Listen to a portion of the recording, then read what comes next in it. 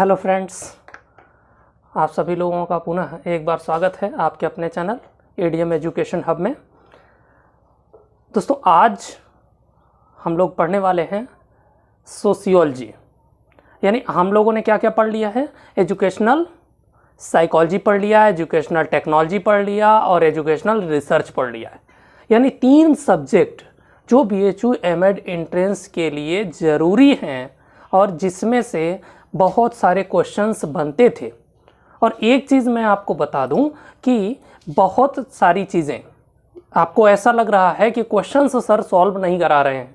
मैंने इसलिए questions solve नहीं कराया, ऐसा नहीं है कि मैं नहीं कराऊंगा, मैं क्वेश्चंस आपके सामने लेके आऊँगा और उसको सॉल्व भी कराऊंगा। लेकिन अभी आप लोगों की जिम्मेदारी है कि जो चीज़ें हमने आपको पढ़ा दी हैं उसमें से जितने क्वेश्चंस आपको आ रहे हैं उतने क्वेश्चंस को आप बहुत अच्छी तरीके से कर लीजिए, रट लीजिए, उसको अपने दिमाग में बैठा लीजिए। उसके अतिरिक्त अगर जो क्वेश्चन आपको नहीं आ रहे हैं, देखिए बहुत बार क्या होता है कि आपके सामने, जैसे आप स्पेशली स्टैटिस्टिक्स की बात करें और ये कंप्लेन बार बार आप कर रहे हैं और ये कंप्लेन जेन्युइन है कि सर आपने क्वेश्चन सॉल्व नहीं कराया। तो हमने क्वेश्चन नहीं सॉल्व कराया, हमने कराया भी है। स्टैटिस्टिक्स का अगर स्पेशली बात करें तो बहुत सारे क्वेश्चंस और बहुत सारे पोर्शंस के ऊपर हमने क्वेश्चन लेकर के सॉल्व भी कराया है, लेकिन वो कंप्लीट नहीं है। या हम ये कहें कि वो पूरा केवल उतने में से ही हो जाएगा, यह ज़रूरी नहीं है। आपको और भी एक्स्ट्रा मेहनत करनी होगी और 100% मेहनत करनी होगी, जो कि आप लोग कर रहे हैं।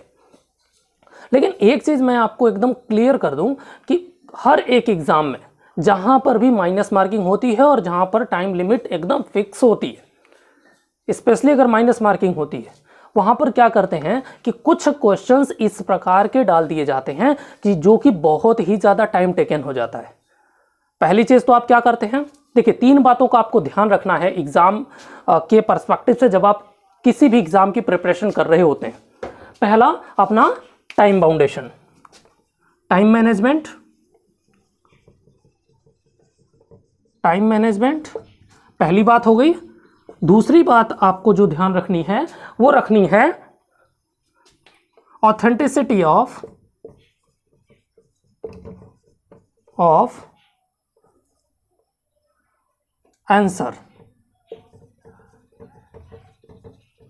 आंसर्स। तीसरी बात जो आपको एकदम दिमाग में सेट करके रखना है वो है आपका लॉजिकल थिंकिंग।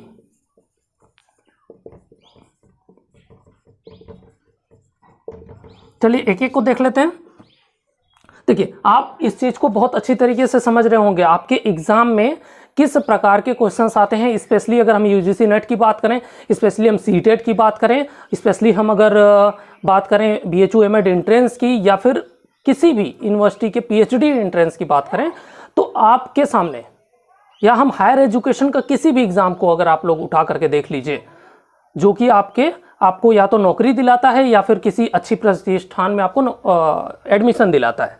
अगर आपको इस तरीके के एग्ज़ाम देने हैं और आपके सामने इस तरीके के एग्ज़ाम जब आते हैं तो उसमें 3 तरीके के जो क्वेश्चन आते हैं, 3 तरीके के नहीं, उसमें इस तरीके के क्वेश्चन आते हैं कि स्पेशली अगर माइनस मार्किंग की बात होती है तो और भी ध्यान देना होता है कि वहाँ पर कुछ क्वेश्चंस दे दिए जाते हैं जो कि बहुत ही ज़्यादा टाइम टेकन होता है।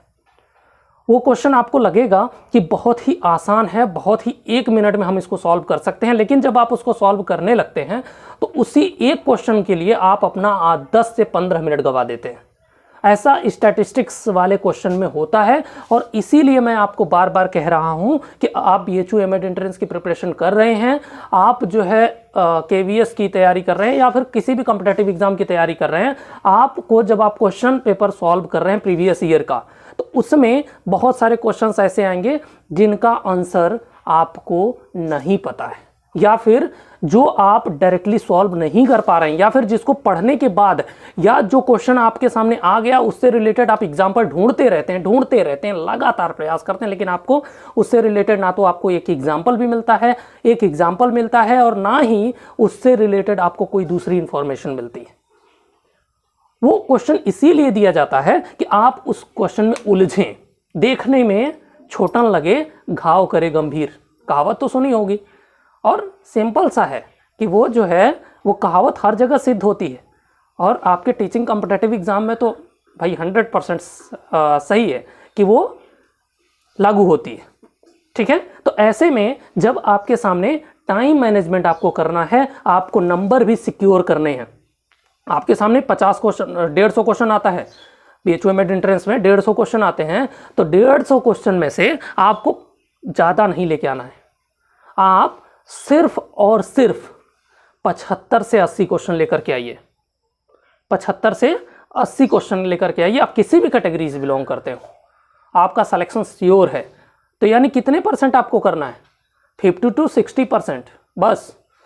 अब 50 to 60 में आप ये चाहें कि स्टैटिस्टिक्स से पूरा क्वेश्चन कर लें, टेक्नोलॉजी से पूरा क्वेश्चन कर लें, रिसर्च से पूरा क्वेश्चन कर लें, साइकोलॉजी से पूरा क्वेश्चन कर लें, तो भाई अगर पूरा ही कर लेंगे आप तो फिर आपका सिलेक्शन तो मान लीजिए श्योर है ही, आप टॉपर भी हैं।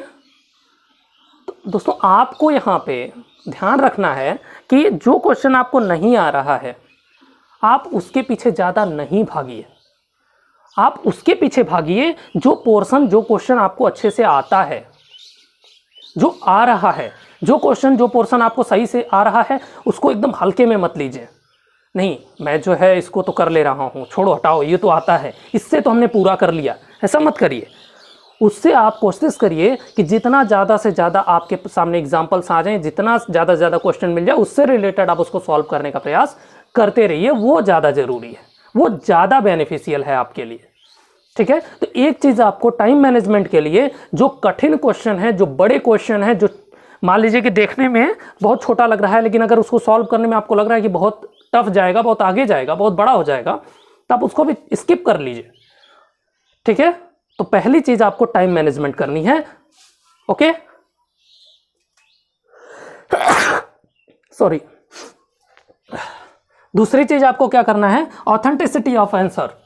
अब आपको देखना है आपके सामने क्या होता है। आप कोई भी कॉम्पिटिटिव एग्जाम दीजिए आज के समय में, आज अगर करंट सिनेरियो में देखेंगे तो ऐसे में आपके सामने क्वेश्चन का जो ऑप्शन होता है वो चारों के चारों आपको सही लगेंगे, चारों आपको सही लगेंगे। तो आप ऐसे में कंफ्यूज मत होइए।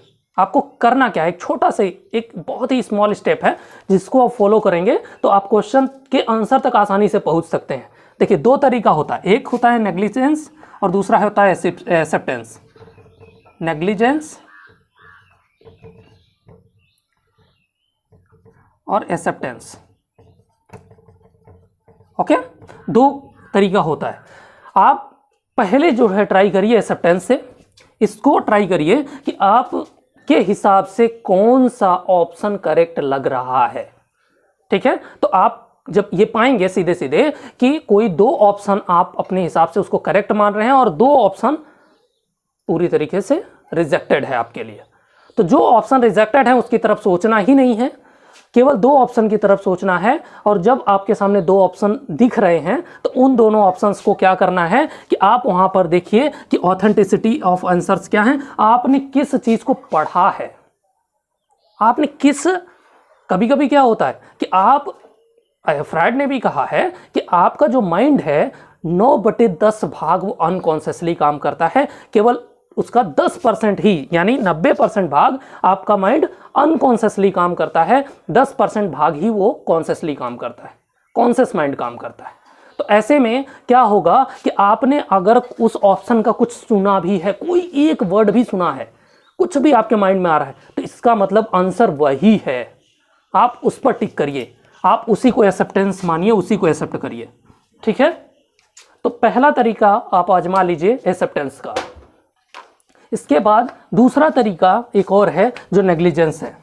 नेग्लिजेंस, इसमें क्या करना है आपको कि नेग्लेक्ट करिए।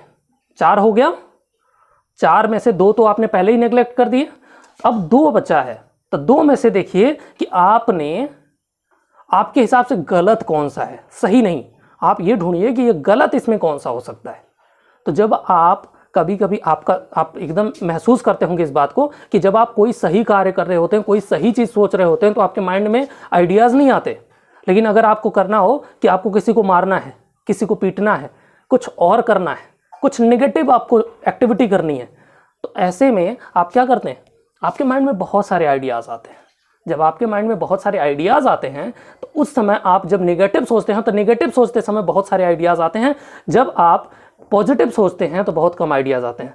तो जब आपके सामने नेगेटिव सोचने का एक माइंड सेट बनाइए कि उसको नेगेटिव सोचिए कि कौन सा नहीं है। जब आप नहीं वाले को सोचेंगे तो बहुत सारे आइडियाज़ आएंगे, उसमें से कोई एक सेलेक्ट कर लेंगे, वो आपका आंसर करेक्ट हो जाएगा।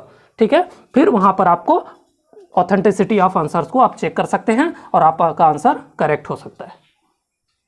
ओके, इसके बाद लॉजिकल थिंकिंग।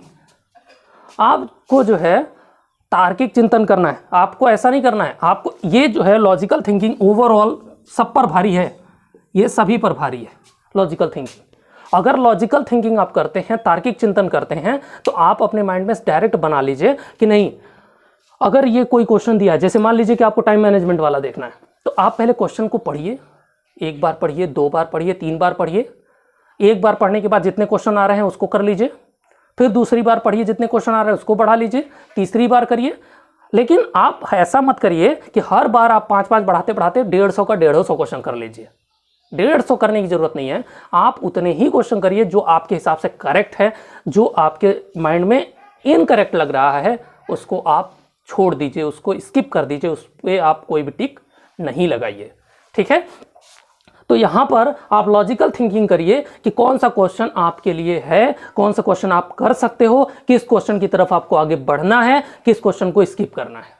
इसके लिए आपको ओवरऑल पूरे पेपर को देखने के बाद आपके माइंड में एक आइडिया लग जाता है कि आप कितने नंबर तक कर सकते हो। आपको अगर आइडिया लग गया कि आप पहले राउंड में आपने सॉल्व किया कि आपके 80 क्वेश्चन हो गए, तो आप 80 क्वेश्चन के बाद आप उन्हीं क्वेश्चन को टिक करिएगा। और आपके माइंड में लॉजिकल थिंकिंग में यह भी आता है कि आपके माइंड में जो पहली बार आंसर क्लिक करे वही आंसर करेक्ट है। ठीक है, ये मैं आपको क्यों बता रहा हूं, इसलिए बता रहा हूं कि आप अभी बहुत साल के पेपर को सॉल्व कर रहे हैं, एक्सरसाइज कर रहे हैं, आप अपनी प्रिपरेशन को धार देने का प्रयास कर रहे हैं, एक मुकाम देने का प्रयास कर रहे हैं। तो ऐसे में आप उस पेपर को रियल पेपर मान करके कोशिश करिए, प्रिपरेशन करिए, और 100% मेरा दावा है कि आप सभी लोगों का सिलेक्शन होगा जो लोग भी मुझसे जुड़े हुए हैं।